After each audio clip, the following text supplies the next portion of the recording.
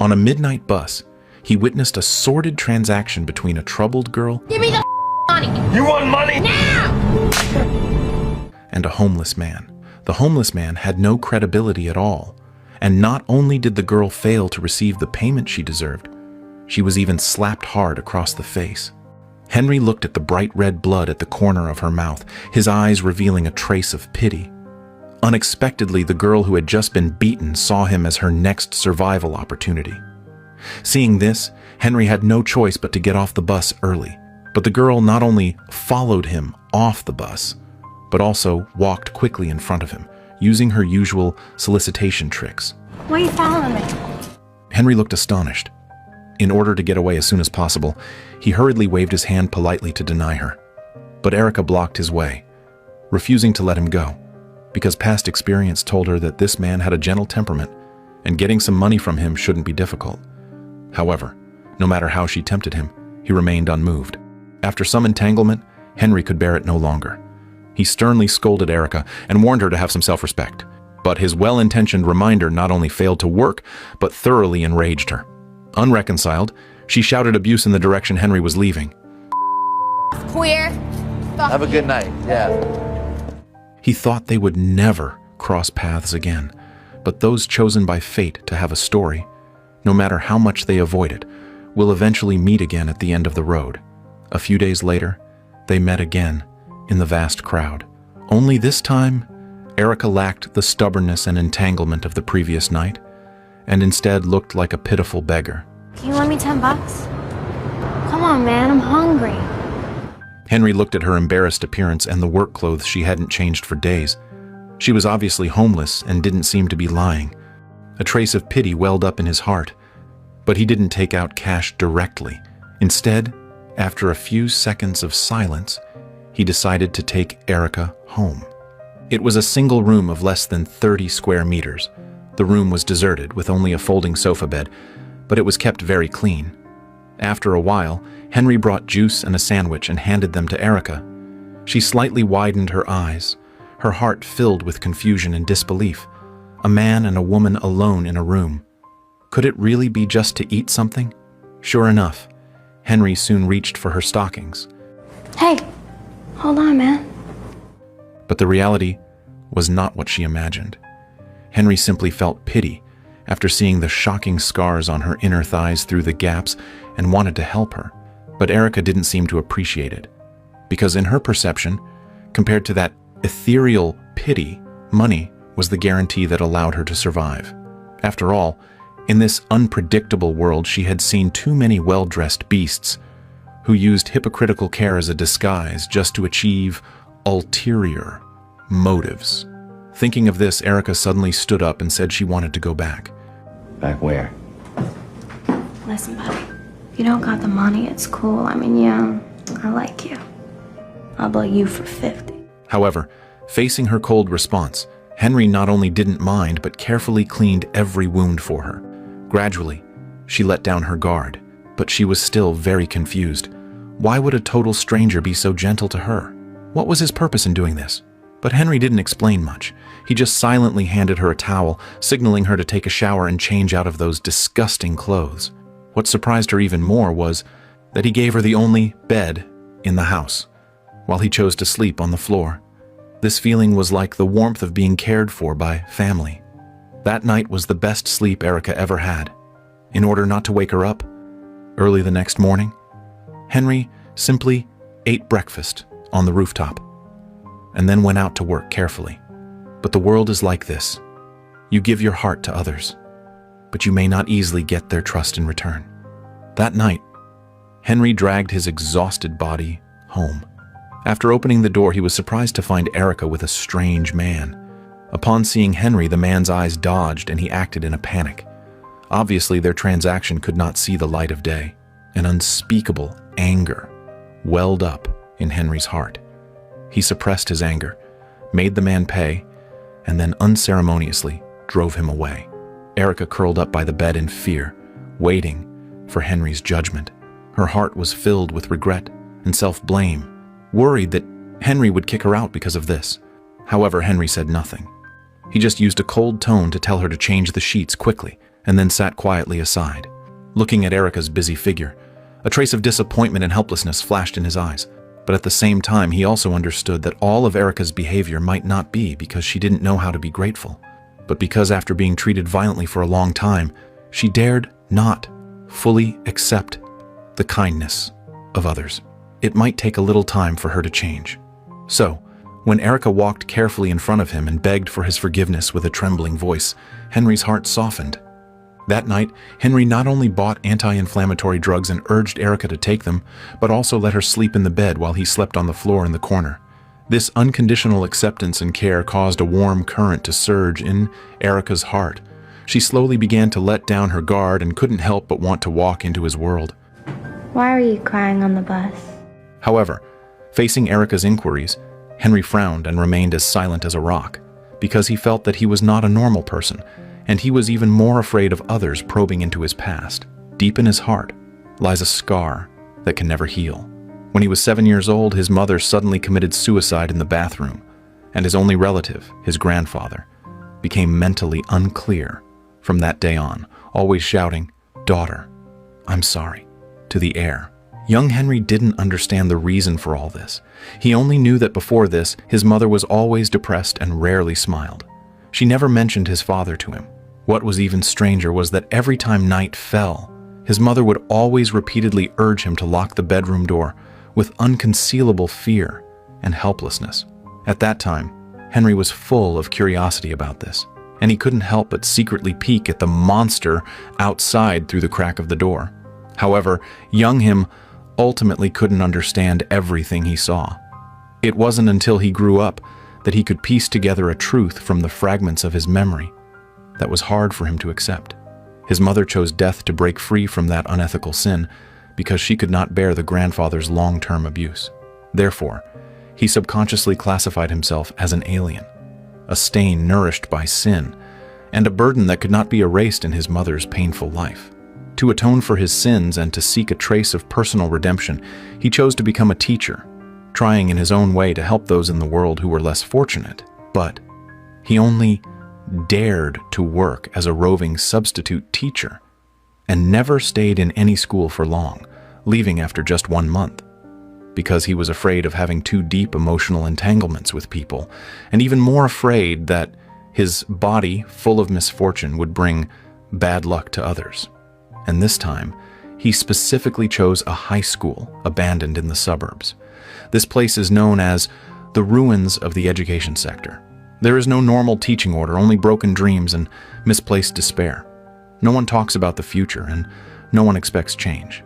Facing the huge pressure of the school being closed down, the principal would only give up his dignity in front of those unreasonable parents and dared not support the teachers. Therefore, teaching here requires strong psychological quality, and all this is exactly the reason why Henry chose this school. In his first class here, he set a rule for the whole class. If you don't wish to be here, don't come. But these unruly children didn't take the teacher seriously at all. Before Henry could finish speaking, a student clamored unreasonably from the audience. Gay. Marcus, shut up! No, you shut up, you dyke bitch. Facing this naked insult to his personality, Henry did not hesitate at all. He used a calm tone that was almost indifferent to directly invite that classmate out of the classroom. There was no angry roaring or superfluous accusation in the whole process, but he used the most crisp attitude to draw a bottom line for his class. You can be rebellious, but you cannot hurt others. The originally chaotic classroom ushered in a brief silence. Then, Henry asked everyone to take out a piece of paper because he didn't plan to follow the book for this class, but ingeniously assigned an essay. But before he could finish speaking, there was a commotion in the back row. A male student walked to the podium with anger, because just now he asked Henry what to do if he didn't have paper, and Mr. Henry ignored him. Before Henry could answer, he picked up Henry's briefcase from the ground and threw it fiercely. However, facing such rude provocation, Henry still did not get angry.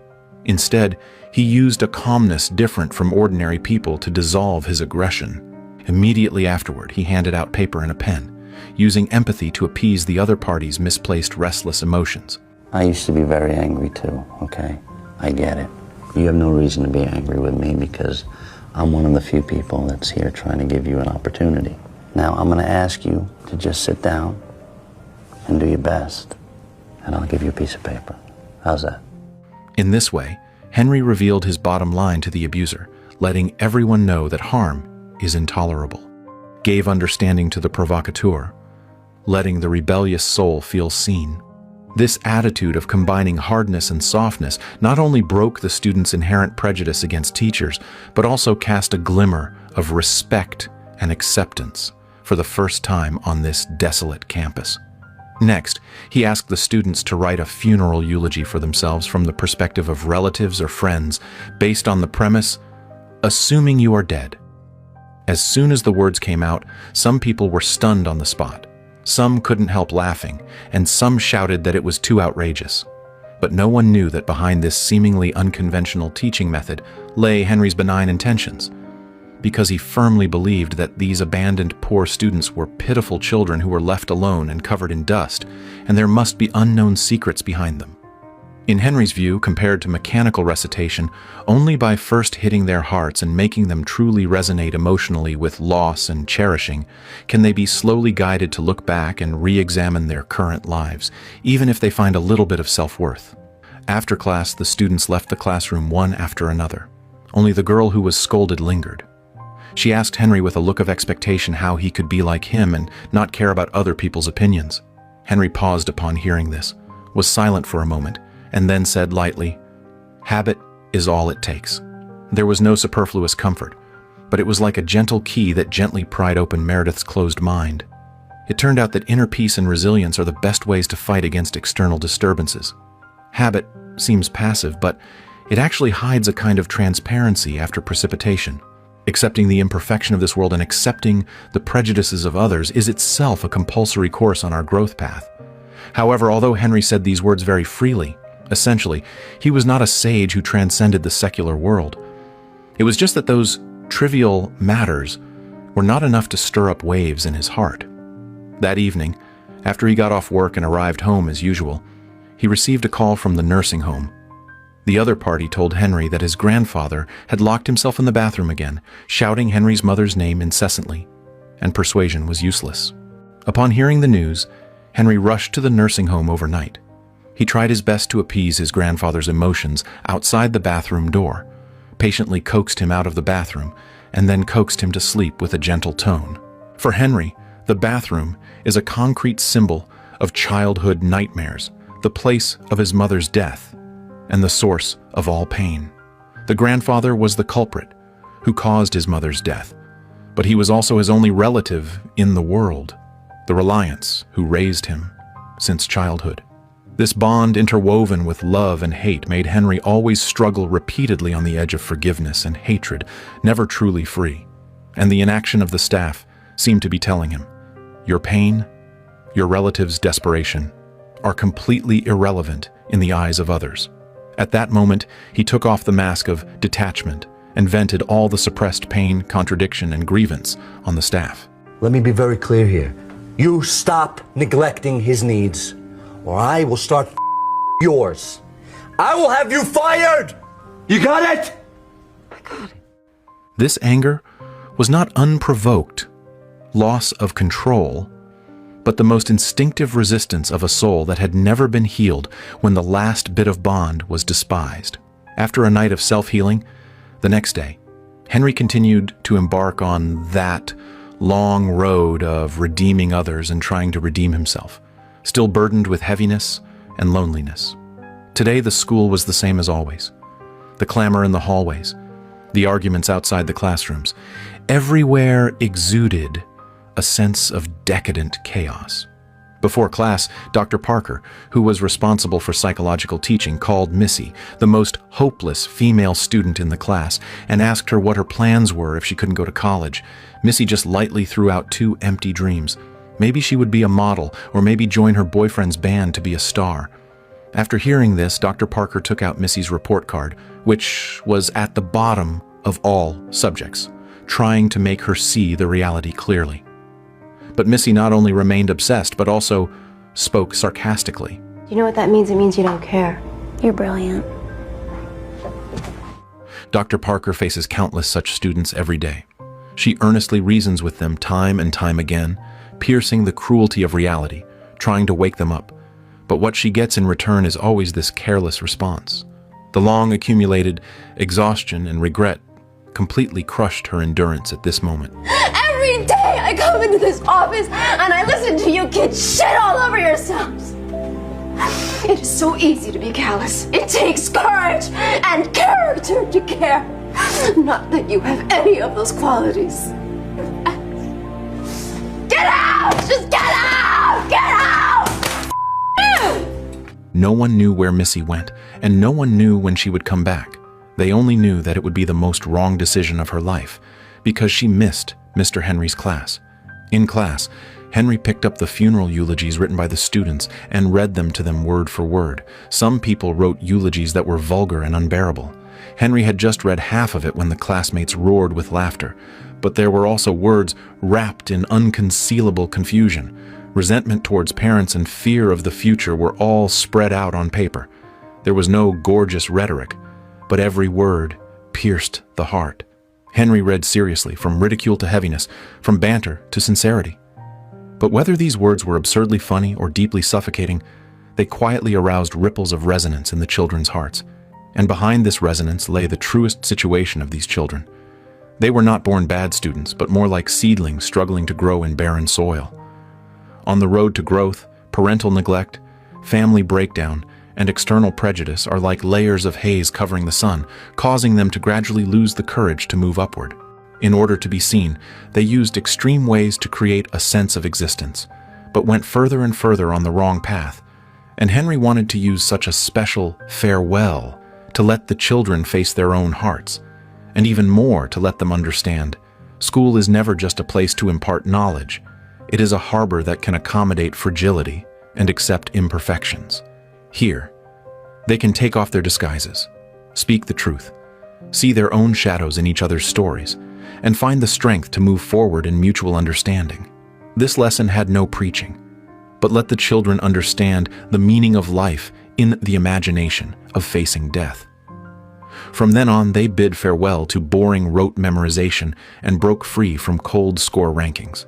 Only Henry, guided by the various states of the world, used a gentle but powerful way to lead them to see through the blindness and hype of the world, and trained them to learn to think independently and not be swayed by trends.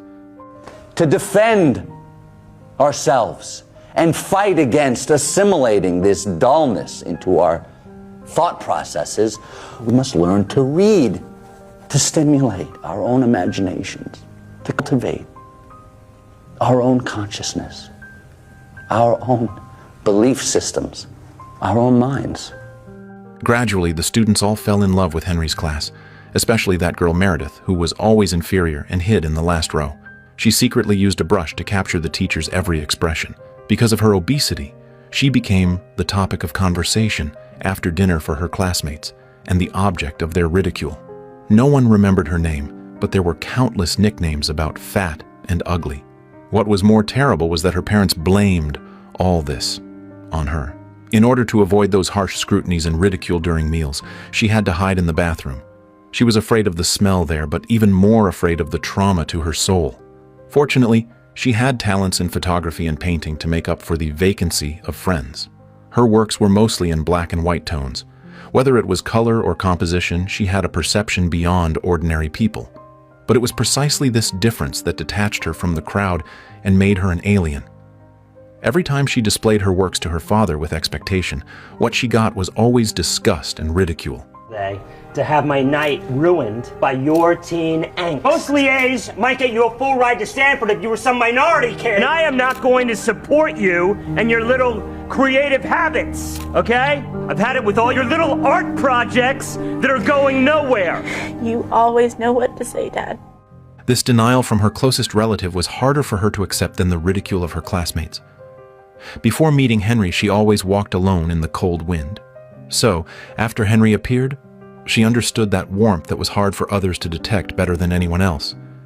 Henry behaved gently and elegantly, but hidden in his eyes was a melancholy that could not be melted. No matter where he went, he could attract the attention of the opposite sex. After school that day, the most beautiful female teacher in the school, Sarah, actively invited him to dinner.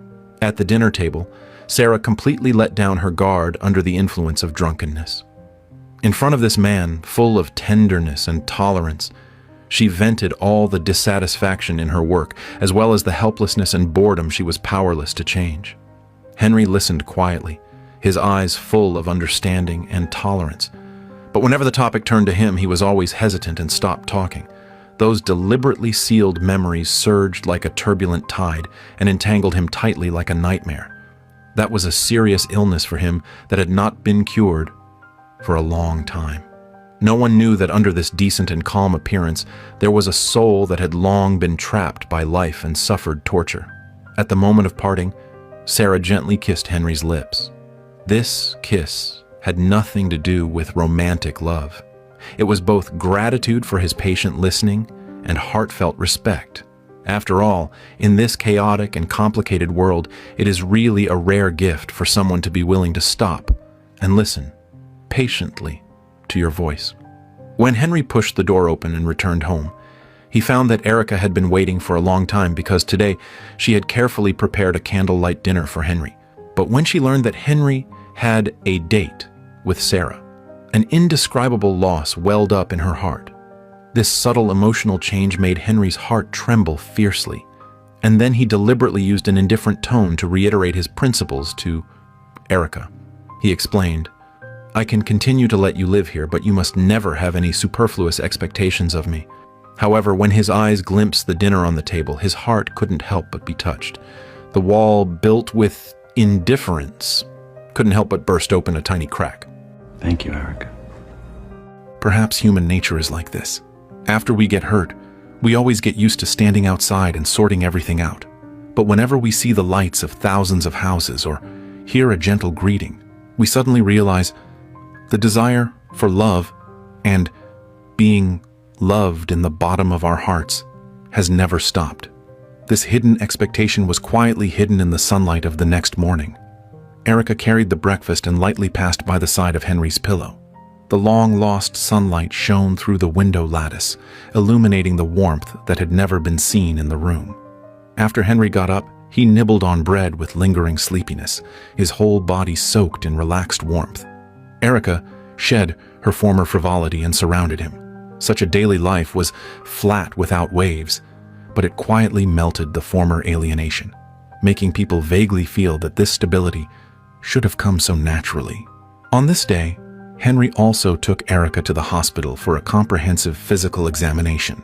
After walking out of the hospital, they completely shed their restraint, played and frolicked on the street like children, and chose favorite gifts for each other, looking extremely like a couple in love. Henry seemed to be saving Erica, but in fact, Erica's sincerity and dependence also saved the closed him. His care for Erica was an emotional compensation for his mother, and also a soothing of his childhood trauma by protecting others. And this two-way warmth finally made Henry willing to let down his guard and talk to Erica about his grandfather. His grandfather lived in a nearby nursing home. He was old, and his health was getting worse and worse. As his only relative, Henry had to visit him often. If there was a chance, if Erica was willing, he wanted to take her to see his grandfather next time. However, fate always sounds the alarm of life unexpectedly in those seemingly ordinary moments, leaving people with no time to prepare. One morning, Erica suddenly received an emergency call from the nursing home. The other party sounded anxious and begged him to contact Henry as soon as possible because his grandfather's condition had deteriorated sharply and he was powerless to save him. Erica was very worried after hearing the news and went to the nursing home immediately to guard by the old man's bed.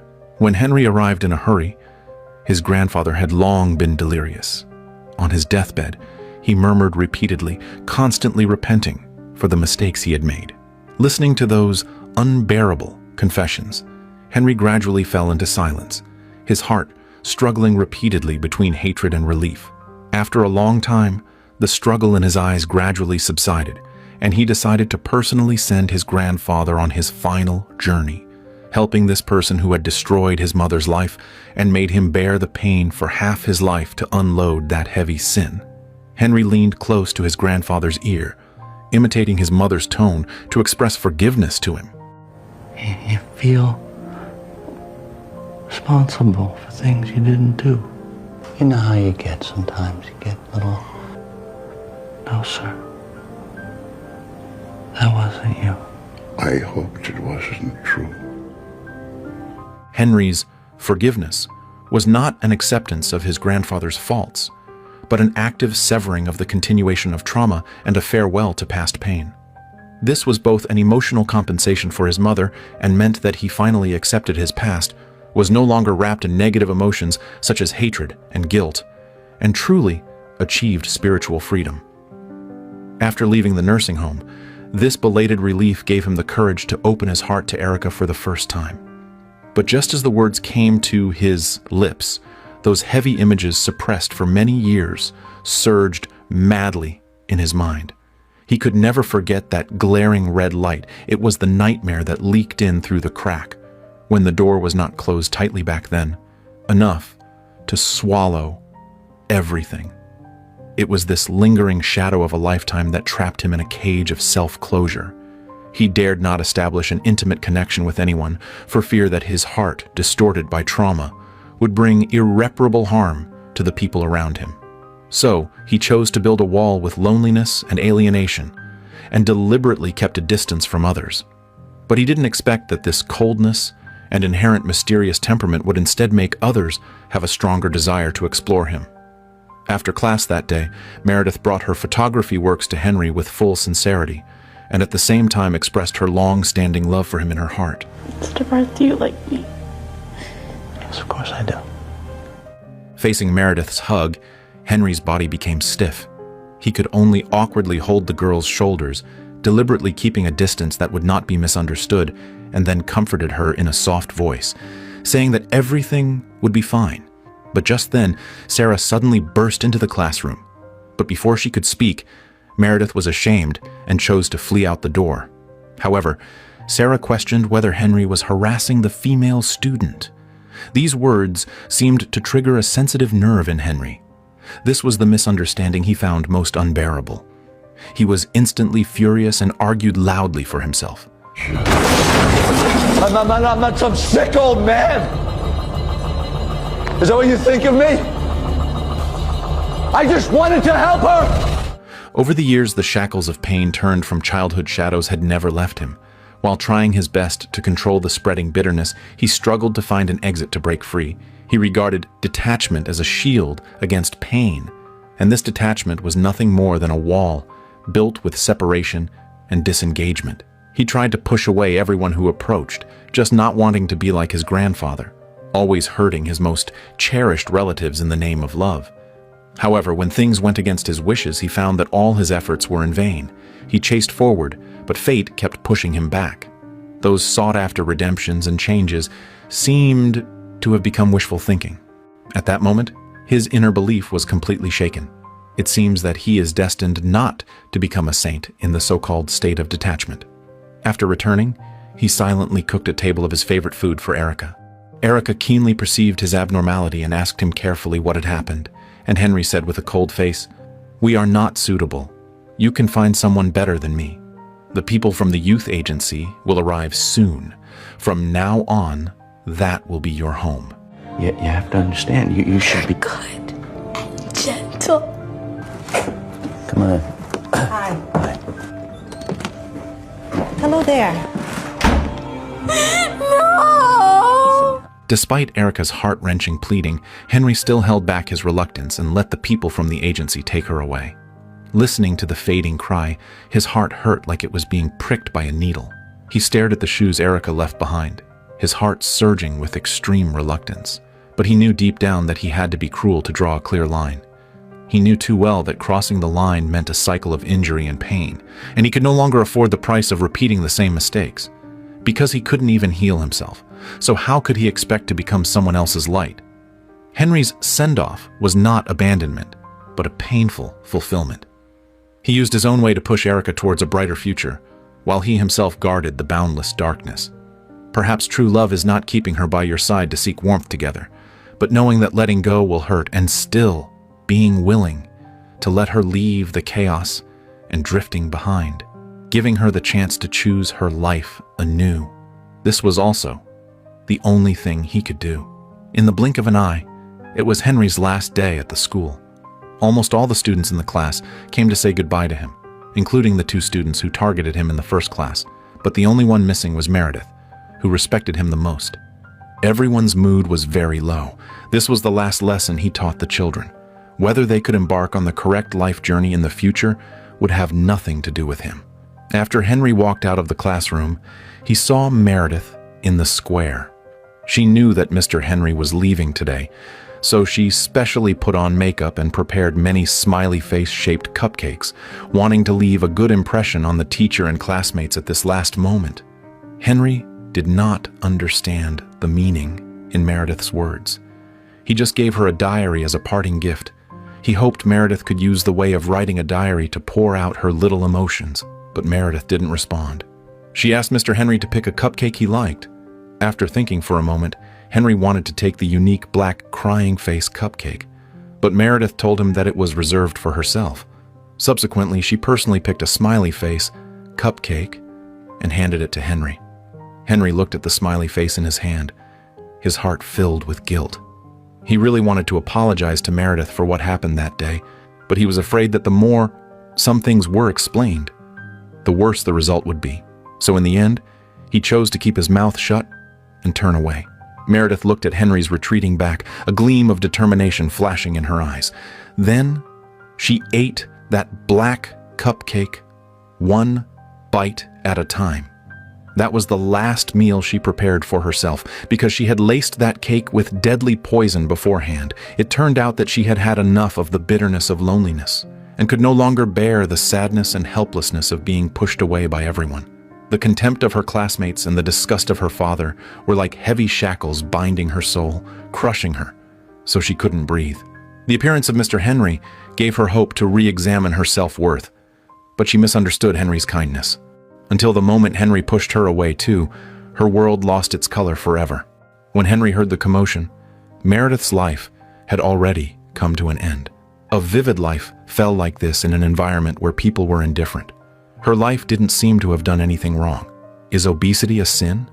Is having more talent than others a sin?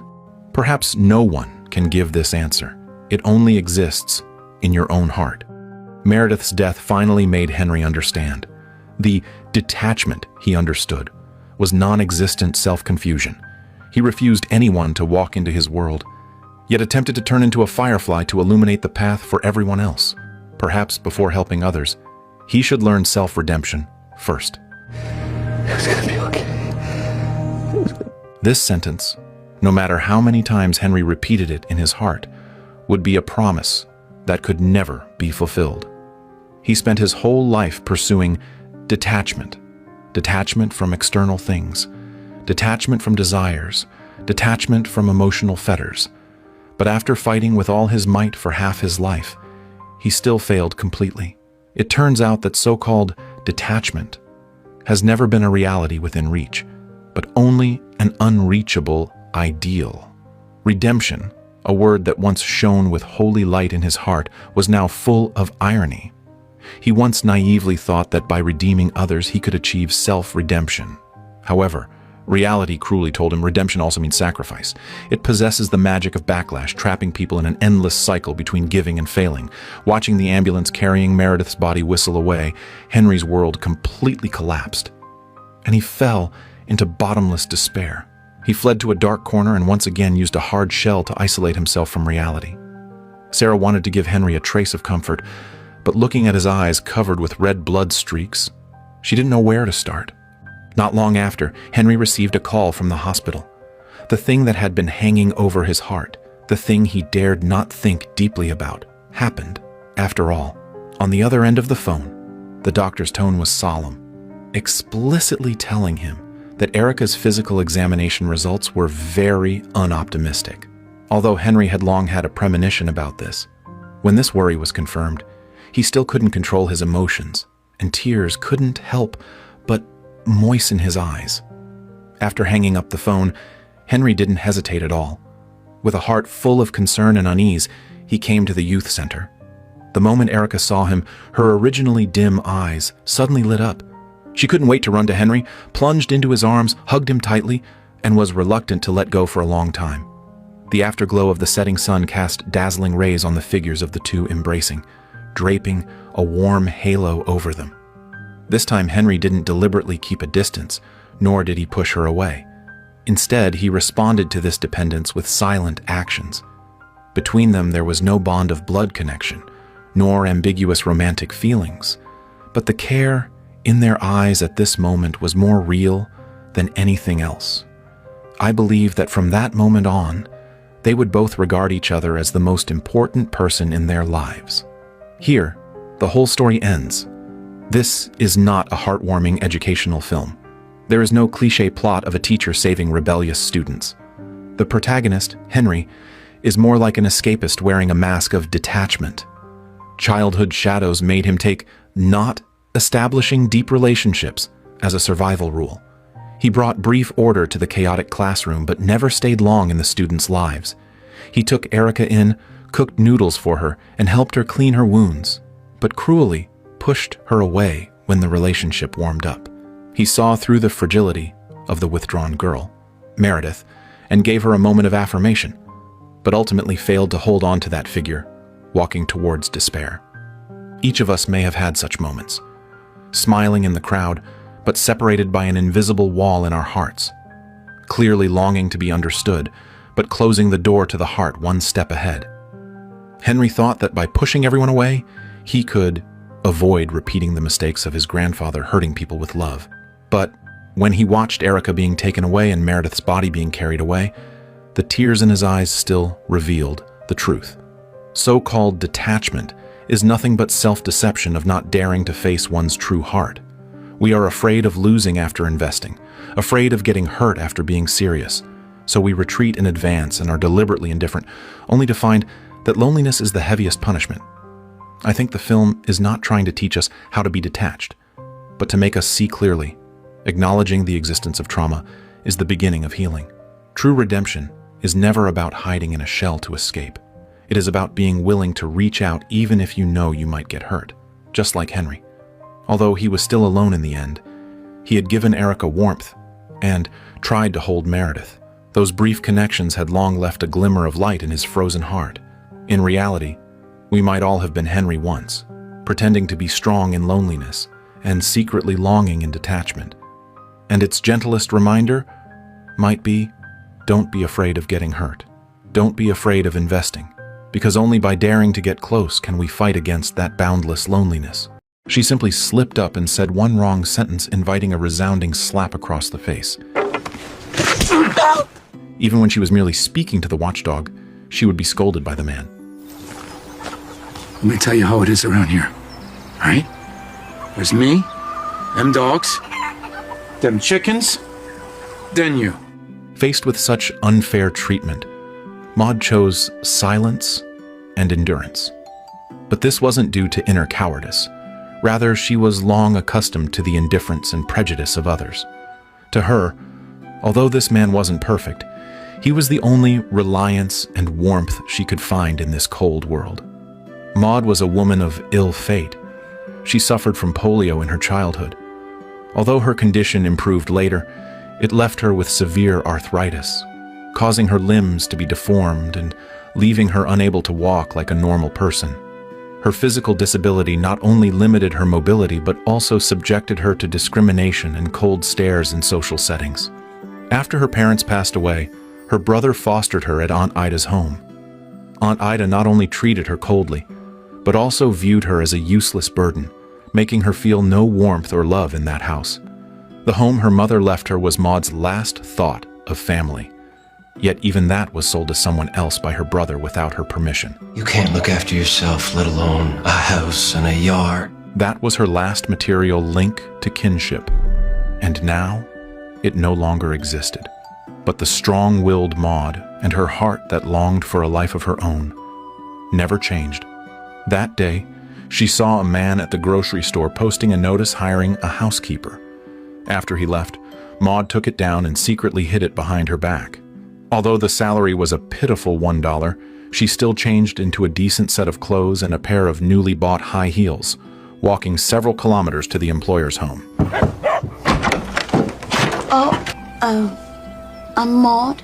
This was her first meeting with Everett, and clearly his first impression of her wasn't good. Everett was a fisherman who worked from dawn to dusk every day.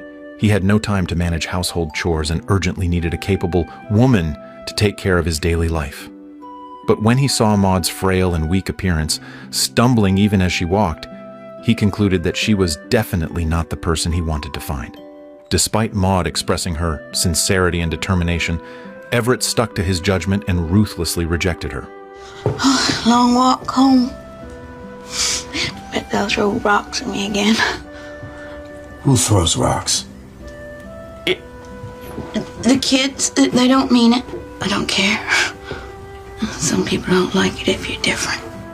Although Everett had a withdrawn personality and was hard to approach, a somewhat kind heart was hidden under his rough exterior. When he learned of Maud's misfortune and struggles, a trace of pity rose in his heart, so he decided to escort Maud part of the way. They said nothing along the road until, ensuring no children were around to cause trouble, Everett turned back. However, several days passed, and still, no one else came to apply for the housekeeper position. A friend advised Everett that if someone was willing to come, he shouldn't be too picky. After all, not everyone could stand his bad temper. Hearing this, ripples rose in Everett's heart, and after repeated consideration, he finally made a decision.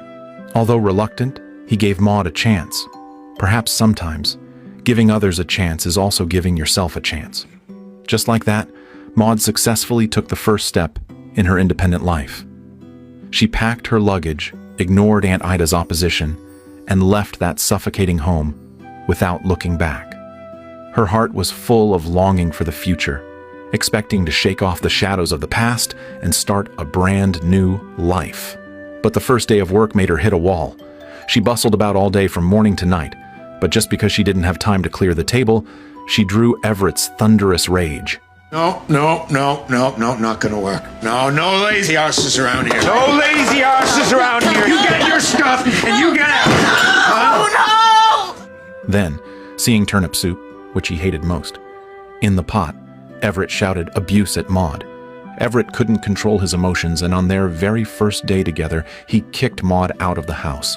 But this impulse soon turned into self-blame. He knew deep down that his irritability and impulsiveness were demons he had struggled to shake off for a long time. Although filled with regret, words spoken are like spilled water. They cannot be taken back. Until the next morning, he was woken by noise downstairs. Going down, he was surprised to find Maud carefully cleaning the floor, with breakfast already prepared on the table. Everett scratched his head, seeming to realize that the feeling of being taken care of was actually quite nice. He quietly drank his milk, held a piece of bread in his mouth, and walked out without a word, thus tacitly accepting Maud's existence. While Everett was out working, Maud began to earnestly tidy up the little cabin. She also took the initiative to kill a chicken to make soup for Everett, leaving him very satisfied when he returned after a busy day. His attitude toward Maud also began to soften. At night, he even took the initiative to share half of the only bed in the house for Maud to rest.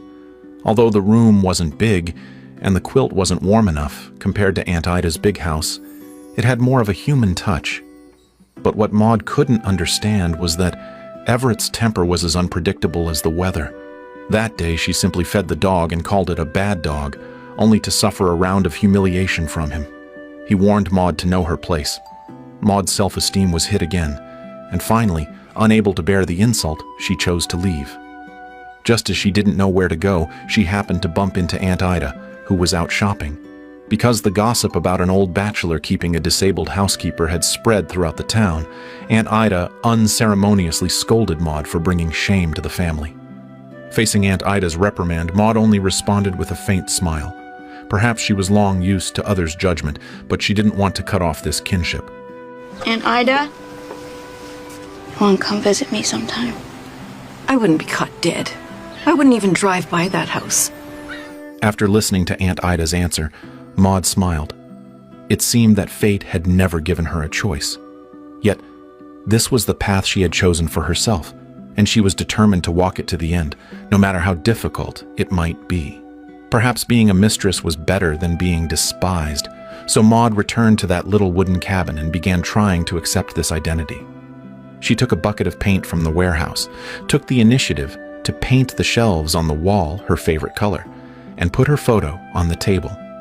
She wanted to treat this place as her home.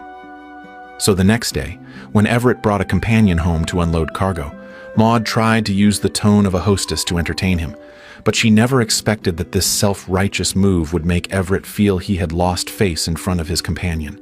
Thoroughly enraged, he gave Maud a fierce slap in a fit of anger. The originally harmonious atmosphere began to turn awkward. Although Everett quickly realized he might have gone too far, Maud's heart was deeply stung. In this oppressive and dull moment, she felt as aggrieved as a helpless child. She took out the paint bucket, letting the humiliation from outside echo in her ears, but chose to transform her inner pain into paintings. For Maud, painting had always been her only way of self-healing and seeking spiritual comfort. After his companion left, Everett sat outside the house, hesitating for a long time, afraid to go back inside. He wanted to apologize to Maud from the bottom of his heart, but due to his pride, he ultimately said the opposite. Learn your lesson? Everett's male chauvinism finally touched Maud's bottom line. She decided not to be silent anymore. Instead, she loudly expressed her anger and dissatisfaction, warning Everett that if there was a next time, she would definitely choose to leave. After speaking, she also asked him to settle her wages for the past 2 months. Everett also realized his mistake. He didn't say a word, simply handing the wages to Maud. Later, Maud used these wages to buy brushes and paints. She treated the whole hut as a canvas, painting various patterns she liked, perhaps out of guilt, or perhaps Everett had learned how to get along with people. This time he unprecedentedly didn't criticize Maud, and even discussed the paintings with her. Although he had warned her not to get paint on his work area, the very next day, he crafted a few wooden boards and secretly placed them right in Maud's path. The surfaces had been polished smooth, obviously intended for Maud to use as painting boards. Maybe this rough-looking man wasn't good at expressing emotions with language, only capable of showing respect and understanding through practical actions. That day, a stranger knocked on the door. She was dressed brightly, with an outstanding temperament, revealing a kind of nobility and elegance in her gestures. She looked like a wealthy woman. But the reason for her visit was that she had paid but hadn't received Everett's fish. Maud stood by the door, instinctively feeling a trace of wariness. She only politely promised to convey the woman's request and did not invite her inside. Just as Maud was about to close the door to see her off, the woman's gaze was suddenly attracted by the paintings on the wall. It seemed she not only liked the art, but was also interested in Maud. What's your name? Maud. Nice to meet you, Maud. I'm Sandra. Nice to meet you, Sandra. Just like that, Maud made the first friend in her life, and her destiny quietly changed because of it. With someone else's recognition, Maud had more confidence to persist in painting. When Everett returned, she proposed helping him keep the accounts, so that forgetting to deliver fish wouldn't happen again. Their relationship also gradually underwent subtle changes. That night while resting, Everett physically moved closer to Maud. Maud understood his meaning and knew what Everett wanted to do. It turned out Maud had a past unknown to others. She was once pregnant out of wedlock and gave birth to a physically deformed child, but before she could even see the child, Aunt Ida had buried it in the ground. These words were like a bucket of cold water, dousing Everett's interest. However, from then on, he took Maud every time he delivered fish, and Maud successfully became his assistant.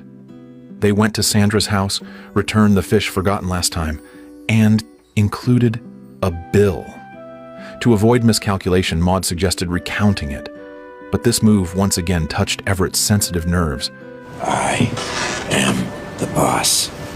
Yeah, I know that. You are? I bring in the money. Facing Everett's tough attitude, Maud didn't refute him. Perhaps she was used to it, or perhaps she knew this was Everett's inferiority complex at work, because she once had this kind of insecurity too. Surprisingly, Sandra suddenly proposed the idea of buying hand-painted bill cards. This time, Maud smartly gave the decision-making power to Everett. Finally, they reached a deal at 10 cents each. Before leaving, Sandra encouraged Maud to paint more cards, saying she was willing to buy them regardless of the quantity.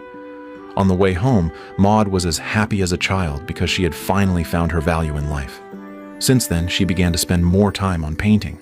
Everett also tacitly supported her, silently in the background. He not only personally helped Maud buy paints and other tools, but also took over some important housework, just to let Maud have more time to create. Their relationship became harmonious in their day-to-day companionship. Everett's figure often appeared in Maud's paintings. Over time, her paintings gained more people's love, and more people bought them. Of course, there were some questioning voices. Whenever this happened, Everett would always stand up to defend her. And he could, but he didn't. Maud did. Precious, please. You're an idiot. You're an idiot. Unknowingly, in Everett's eyes, Maud was no longer a simple servant, but more like a family member to share life with. That day, Sandra visited again. She wanted to buy a larger piece. Everett, taking charge, casually handed 2 paintings to Sandra, but he didn't know that one of them held special meaning for Maud. It depicted the daughter she had never met. She couldn't bear to sell that painting. But Everett had already started negotiating the price. Maud was so anxious she couldn't speak. Fortunately, Everett quickly sensed her distress, and he directly took the unfinished painting back from Sandra's hands. It's a joke. This one's not for sale. Only when he saw Maud nod did Everett relax. Sandra didn't press the issue, stating that she would be willing to buy any future works Maud painted for $5 each. This made both Maud and Everett very happy, as it would greatly relieve the pressure on their impoverished life. From then on, their life unknowingly blossomed with new colors. Maud invested more time painting peacefully in the house, while Everett made paintbrushes for her at the door, supporting her with practical actions. Every time he went out to deliver fish, Everett would bring Maud along in the cart. His name also became an indispensable part of Maud's works. Everett's long frozen heart was unknowingly melted by Maud's warmth. He picked up the broom and actively took on the housework. And Maud gradually got used to this life of role reversal. That night, she actively moved closer to Everett, but facing this sudden gesture of affection, Everett chose to refuse. Actually, Maud knew very well in her heart that she and Everett were the same kind of people, one carrying physical limitations, the other bearing flaws of character. In this imperfect world, they happened to need each other. They could have been like most people, getting married after living together for a while, but Everett couldn't get over that hurdle in his heart. I don't like most people. They don't like you. It's true. I like you. Maud's frank confession made Everett completely awaken. Those emotions hidden deep in his heart, which he dared not easily touch, were gently uncovered. When the sun rose again, they held a simple but significant wedding in the church. There were no complicated rituals, no noisy guests, only 2 hearts closely relying on each other. The groom used the small cart that had witnessed countless daily routines to take the bride home. At that moment, Maud's smile was brighter than ever because she finally possessed a home that truly belonged to her. On their wedding night, they danced in the cramped room. 2 once lonely souls warmed each other with their most sincere emotions, filling the voids in each other's lives. Everett's strong feet became Maud's solid reliance, supporting her through the bumps of fate to welcome every dawn together. Their life after marriage was very happy.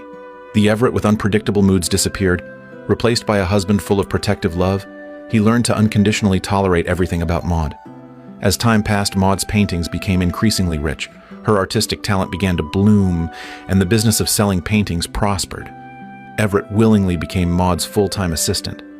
Over time, with Sandra's strong promotion, Maud's paintings gradually became famous far and wide. Everett never dreamed that his story would appear in newspaper headlines. Unexpected surprises continued to follow. Combined with their touching love story, Maud's creations became more and more famous. Even President Nixon wrote to ask for a painting. TV reporters flocked to them, scrambling to interview them and turning their story into a documentary. With heavy promotion from the media, the story of the fisherman and the disabled housekeeper spread throughout the town. However, despite their great fame, they still lived a simple, rustic life. But Everett's status at home had undergone earth-shaking changes. He began to complain that the housework was left to him alone. Maud didn't deny it, just continued painting on her own. She complained there were too many bugs in the house and wanted to install a screen door. Everett's old habit of being stubborn hadn't changed. Although he verbally refused, he installed the screen door the very next day. Maud began to like this man who said one thing but did another, more and more. But that day, a rare guest arrived at the house, Maud's brother, Charles. He had found his way there after seeing the reports. After some small talk, he unreservedly stated the purpose of his visit. You need someone to give you advice on how to handle your money. Someone a little more savvy than him, someone... Like you? Maud knew her brother's character well. She understood his intentions and remembered clearly that if he hadn't sold her home to pay debts, her fate wouldn't have been so rough. Before Maud could refuse, Everett suddenly walked out. He unceremoniously asked Charles his purpose for being there.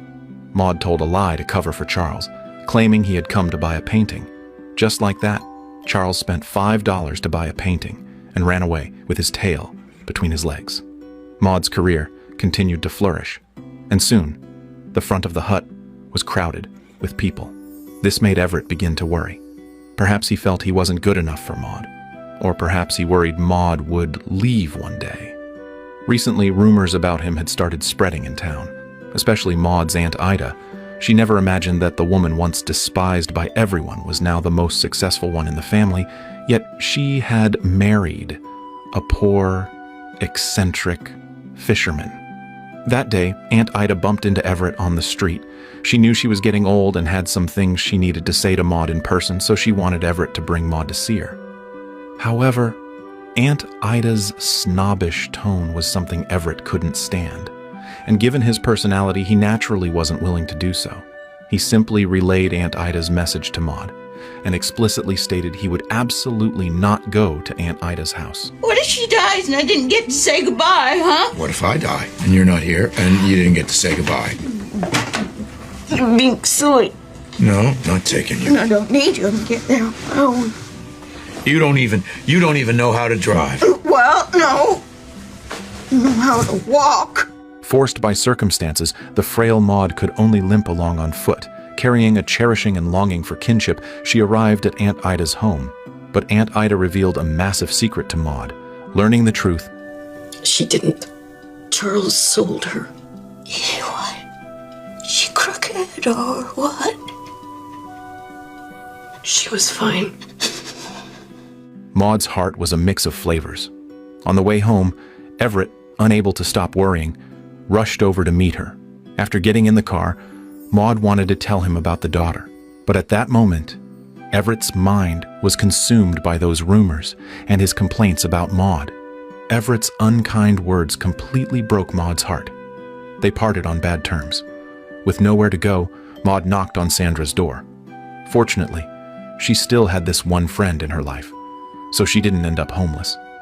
Everett, on the other hand, went back to the pier, returning to his old life. Driven by his pride, he couldn't stop himself from saying the most hurtful things, always regretting it endlessly afterwards. Although the calmed-down Everett and Maud lay in different beds, they were thinking of each other every moment. Looking at the wedding photo on the wall, Everett knew clearly that, as a man, he had to do something. The next day, he drove his truck to Sandra's residence and put down his pride to knock on the door. This time, changing his usual style, he spoke the heartfelt words to Maud that he had always wanted to say.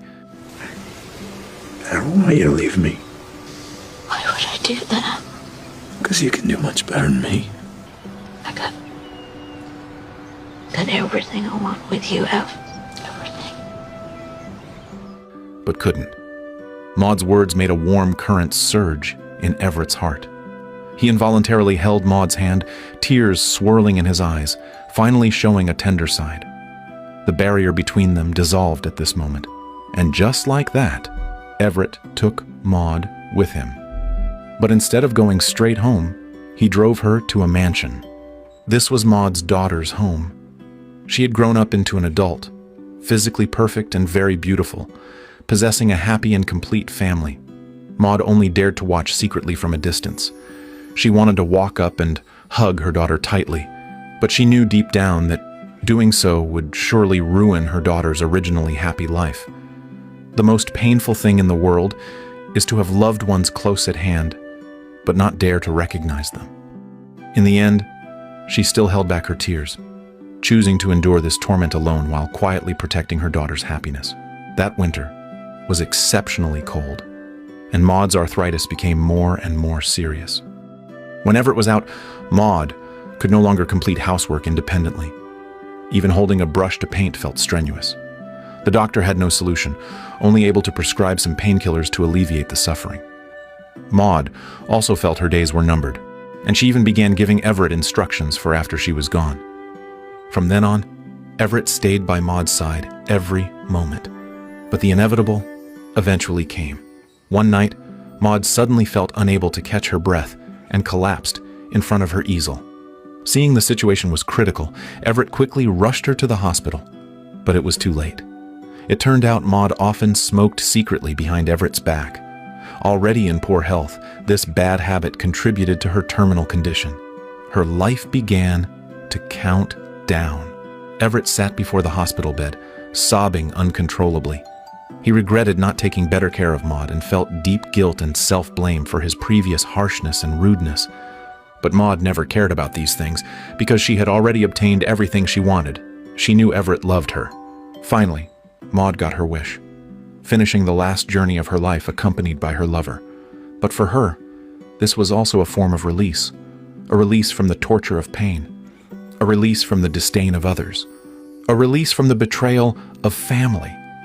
She closed her eyes peacefully, a long-lost tranquility on her face. That was not only a calm farewell to the past, but also an endless expectation for a beautiful future. In the final moments of life, she finally broke free from those suffocating shackles. Whether physical pain or emotional trauma, all vanished with her departure. Everett walked out of the hospital in loss, driving the truck home alone. He sat on the sofa, watching the calendar pages turn in the breeze, and a sense of unprecedented relief rose within him.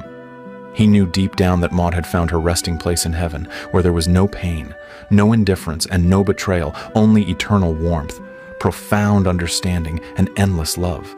Their love was like a beam of light piercing through the clouds, illuminating each other's worlds and lighting up Everett's soul. Although Maud had left, her spirit would forever inspire Everett, making him believe in the power of love and the miracles of life.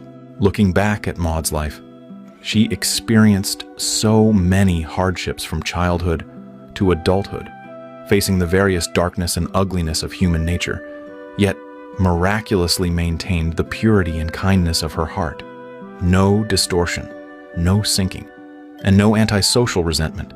Instead, she became a mature, rational, wise, and gentle person, understanding the ugliness of the world yet remaining clear-hearted, knowing the ways of the world yet not stained by cynicism. Maud's story is the best interpretation of unyielding perseverance in life. Let us be proud of her and moved by the life force she displayed. Although life has too many disappointments, we still need to move forward bravely. Please don't be depressed by the gossip of others. Don't feel inferior because of your smallness, and don't look down on yourself because of your ordinariness. Remember that every person's life has its unique value and light. Just as Maud showed, even in the most difficult moments, persist in the inner light, because it is exactly these extraordinary experiences that cast our unique lives.